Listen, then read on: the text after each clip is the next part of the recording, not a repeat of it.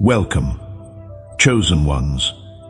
You were called here for a reason, not by accident, not by algorithm alone, but because something inside you already knows that what was done against you is not the end of the story.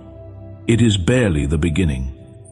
Here is what most people are never told: the moment someone decides to work against a person who carries real purpose, they do not just make an enemy of that person. They make an enemy of every unseen force assigned to protect them. And those forces do not negotiate. They do not delay indefinitely. They wait for the right moment. And then they move with a precision that no human strategy can match or escape. Today we are going through 14 deep truths about what happens when God exposes the hidden agendas of those who moved against you in secret. This is not generic motivation dressed in spiritual language. This is a precise examination of how divine justice actually operates, how it builds its case, times its verdict, and why everything they tried to do against you has been recorded, weighed, and is now being addressed in ways they never anticipated. Stay all the way to the end. What comes in the final section may be the most important thing you hear today. Before we go further, if this message is already speaking to something deep inside you, if you feel something stirring in your chest, your support means everything to this work. There is a link in the description below and pinned in the comments where you can buy me a coffee. It is a small act that carries enormous spiritual weight. When you pour into something that pours into you, you open a channel of reciprocity between yourself and heaven. Every contribution, no matter how small, tells the universe you are ready to receive. Check the description and the comments for that link whenever you feel moved. Now, let us continue. Number 1. God did not stop their plot because he was building a case they could not escape. When the people around you were scheming, when plans were being made in rooms you were not invited into, you may have wondered why nothing intervened. You may have watched things unfold and thought that silence from above meant abandonment. It did not. God did not stop the betrayal early because the betrayal had not yet revealed its full shape. Every scheme needs time to expose its true nature. A trap only becomes a trap once the person setting it has committed to it fully.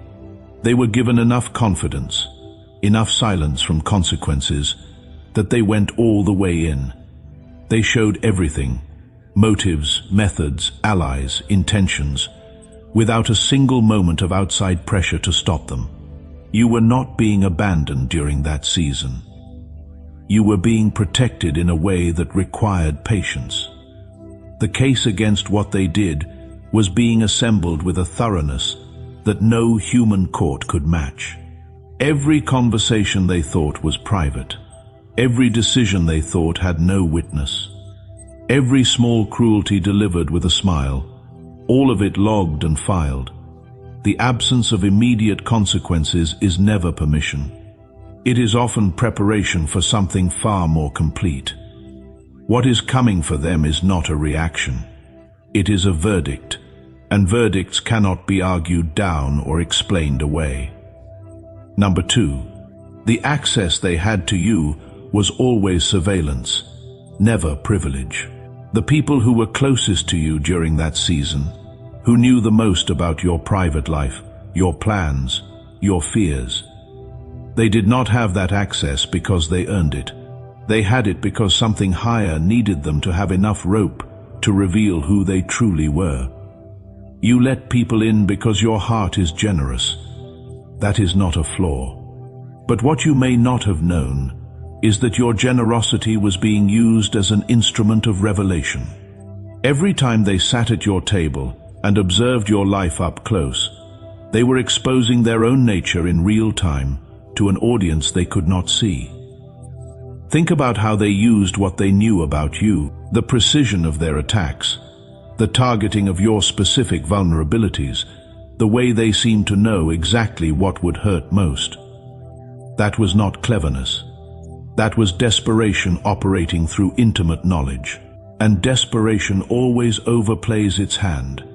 The more they used what they knew, the more they demonstrated they had studied you for harmful purposes. That evidence does not go away. It accumulates. You were not naive. You were being used as a mirror.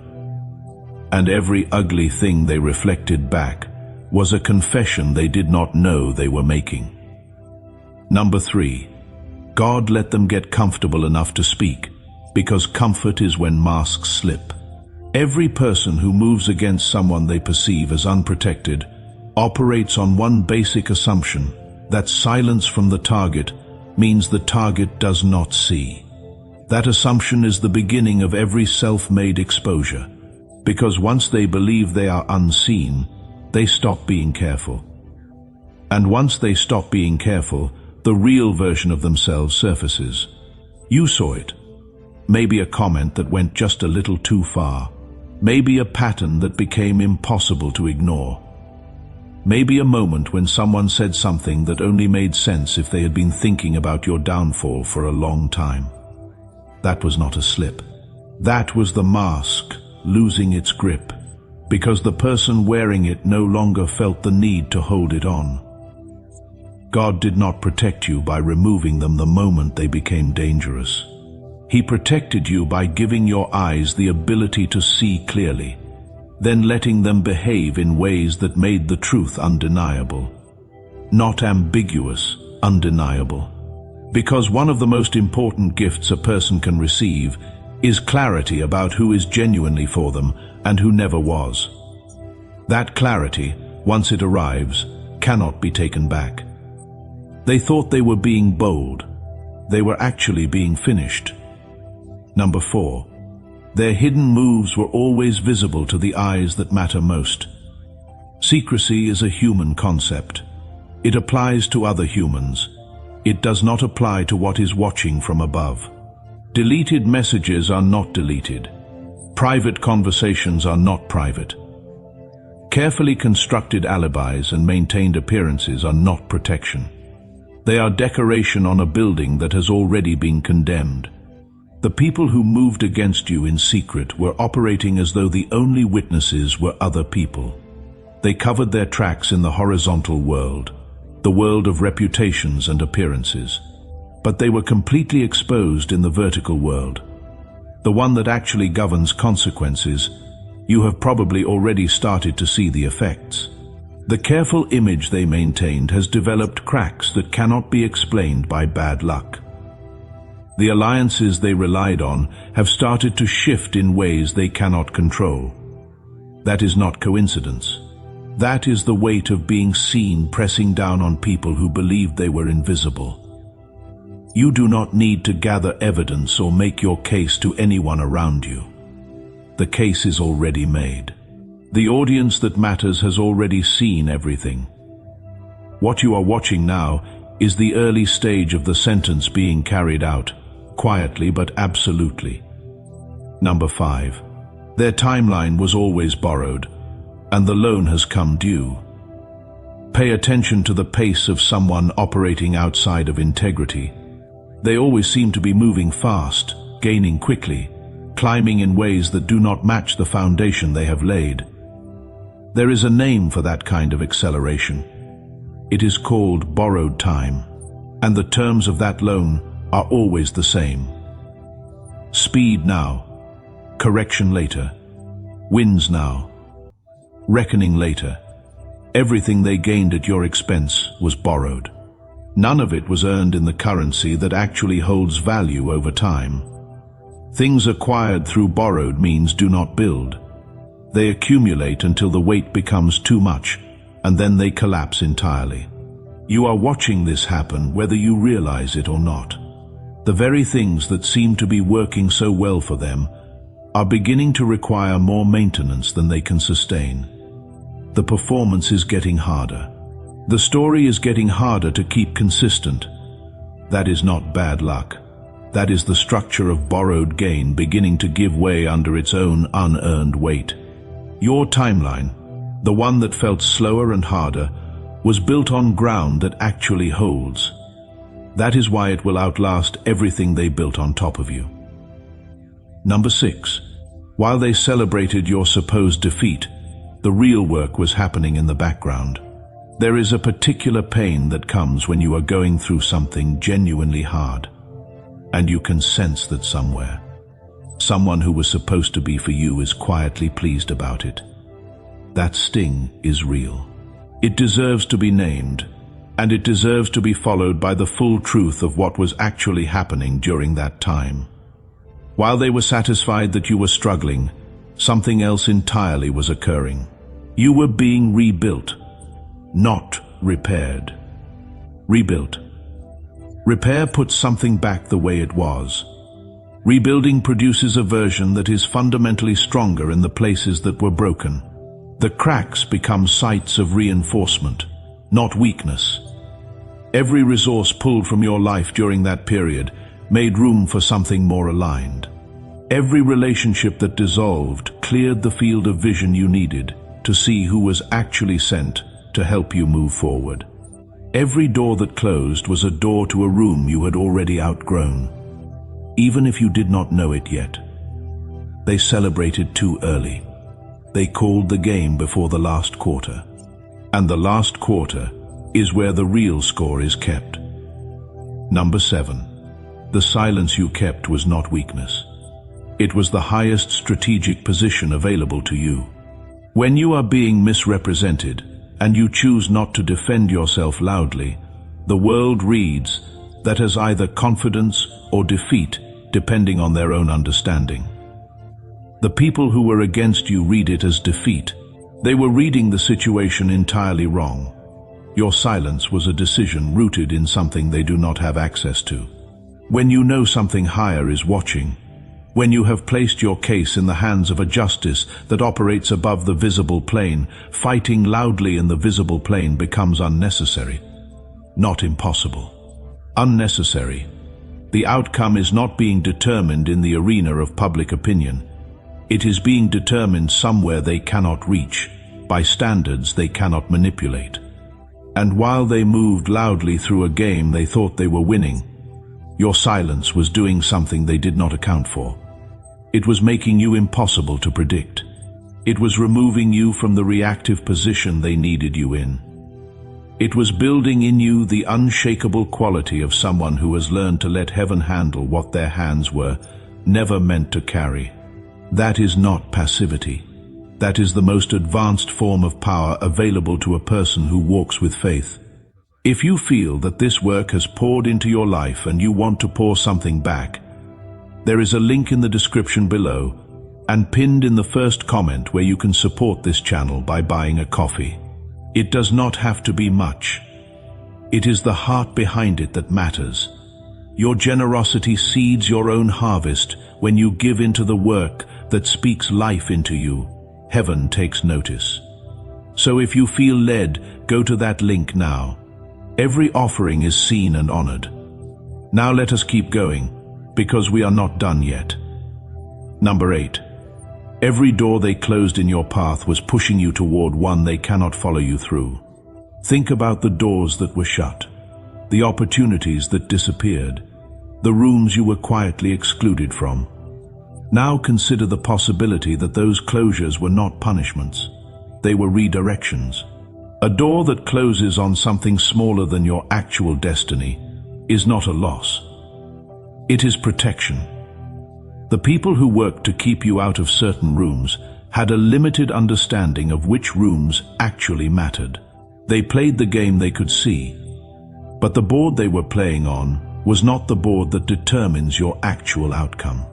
You were being moved to a different table entirely, where the rules are different, the stakes are higher, and the players are not the same people who spent their energy trying to block you.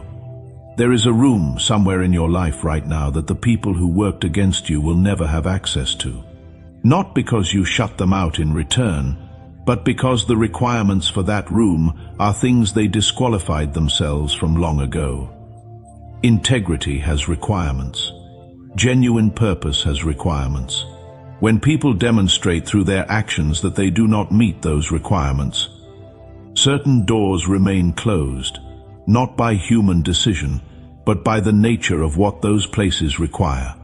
They thought they were blocking your path. They were clearing it. Number 9.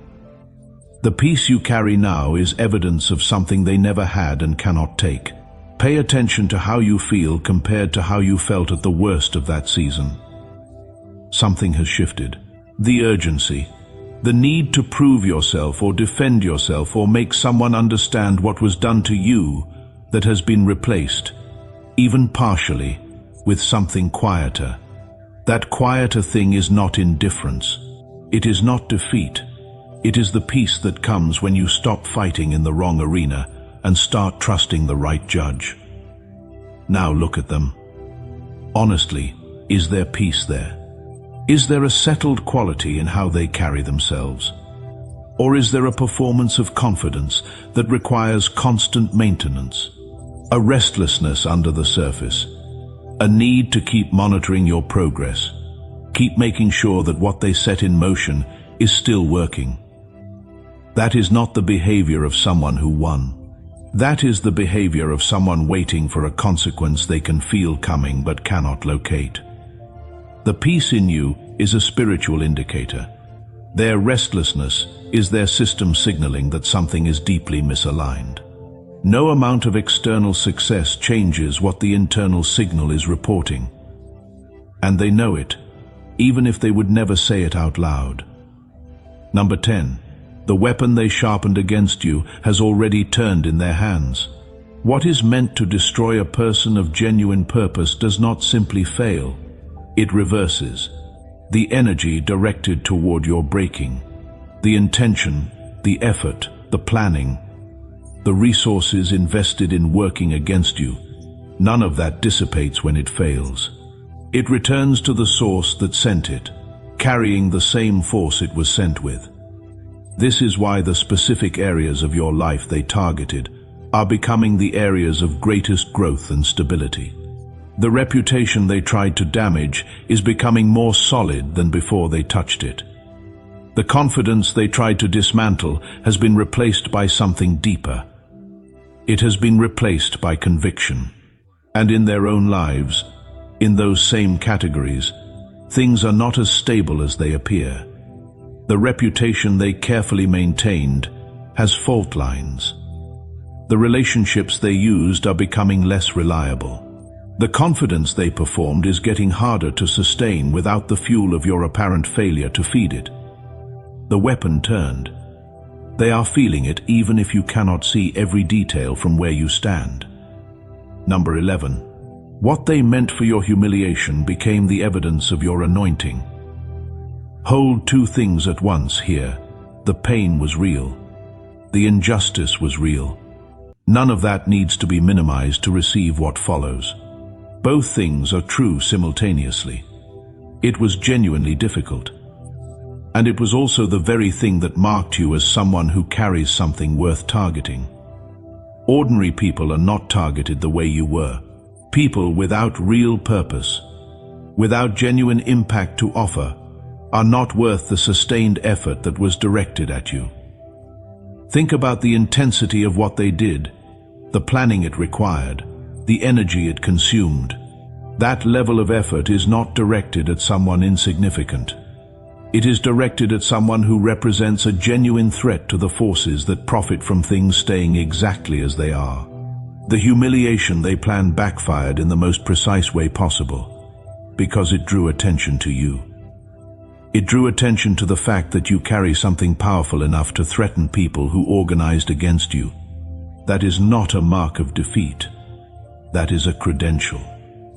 That is your anointing becoming visible, not through your own declaration, but through the nature of what came against you. They built your testimony for you with the very weapons they thought would end your story. Number 12. The boomerang is not symbolic. It is structural. The idea of what goes around coming back around has been reduced in popular culture to a vague feeling, a comfort people offer when they have been wronged. But it is not vague. It is a description of how energy and intention actually function in a system governed by principles that do not bend to personality, charm, or social status. When a person invests sustained energy in working against someone else's good, that investment creates a debt within the person who made it. Every act of deliberate harm deposits something into that person that does not evaporate when the harm is done. It sits, it waits, it compounds, and at some point the debt becomes due. You do not need to collect that debt. Trying to collect it would put you in the position of the one who operates through harm. You are not that person. And that is precisely why you are on the receiving end of restoration, while they are on the receiving end of consequence.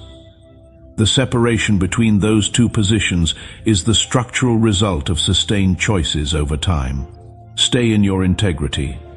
Let the structure do what structures do. The return was always built into the original send. Number 13. Every tear you cried in private was being held as evidence in a court they cannot enter. The nights that were too heavy to describe. The prayers that felt like they went nowhere. The silence that answered you when you needed something audible. Do not interpret any of that as absence. Interpret it accurately. Everything you endured in private, particularly the moments when you chose to keep moving, despite having every reason not to. Every moment when you chose not to retaliate, even though the anger was completely justified. Every moment when you chose to forgive not because what was done was acceptable, but because you refused to let it rot inside you. Those moments were not going unnoticed. They were building a record, endurance, through genuine injustice, met with grace rather than retaliation, produces an outcome that cannot be manufactured any other way. Their comfort during that season was borrowed. Your suffering was building, and now the exchange is happening. Slowly in some places, rapidly in others, but it is happening. The case was thorough. The verdict was already written. What you are experiencing now is the sentence being carried out. Number 14. The justice was never loud because the loudest justice is the kind that lasts. They wanted a reaction from you. They needed one. A reaction would have put you on the same level, playing the same game, operating by the same rules. Your refusal to provide that reaction was the most destabilizing thing you could have done. A person who does not react to provocation is not predictable. And a person who is not predictable cannot be managed or contained. So while they waited for you to explode, you were being quietly rebuilt. While they monitored your reactions for signs they were still winning, you were healing in places they could not monitor. While they performed their success for an audience they needed to convince, you were stepping into a version of yourself that requires no performance, because it is simply what you are now, and the justice that was moving the entire time was not moving with noise. It does not announce itself. It does not give warning so that those it is addressing can prepare a defense. It simply arrives, as a closed door that will not open no matter what connections are leveraged. As a relationship beginning to reveal its true nature to people who once believed everything they were told. As an internal restlessness that no achievement can quiet. You rose in silence. You were refined under pressure that would have broken anyone who was not carrying what you carry. You stayed when staying was the hardest choice. And you stayed with grace when staying bitterly would have been so much easier. That is not an accident of personality. That is the mark of someone built for something that required exactly this kind of testing. Everything they tried to hold back is now coming forward. Every name they tried to diminish is now being spoken in rooms they do not have access to. Every door they tried to close permanently is either opening or being replaced by one that leads somewhere better than the original. The hidden agendas have been seen. The masks are off. The consequences are in motion. And you, the one who was supposed to be broken by all of it, are standing here, awake, intact, and moving forward with something in your chest that they cannot name and have never been able to manufacture. That thing is your inheritance, and nothing that was done against you has the authority to take it away. If this message spoke to something real in you today, do not let this moment pass without acting on it. Hit that subscribe button right now and join a community of people who are choosing truth, choosing faith, and choosing to rise regardless of what has been thrown at them. Like this video, if any of these 14 truths gave you language for something you have been living but could not put into words, and leave a comment below. Tell us which number hit the hardest. Tell us what you are walking through. Your words in that comment section may be exactly what someone else who finds this video tonight needs to read to keep going. Share this with someone in the middle of their own season of betrayal or confusion. Do not keep this to yourself. Be the reason someone else finds their way through. Stay connected, stay grounded, and keep moving forward. Because what was meant for your ending is becoming the foundation of everything that comes next. God bless you.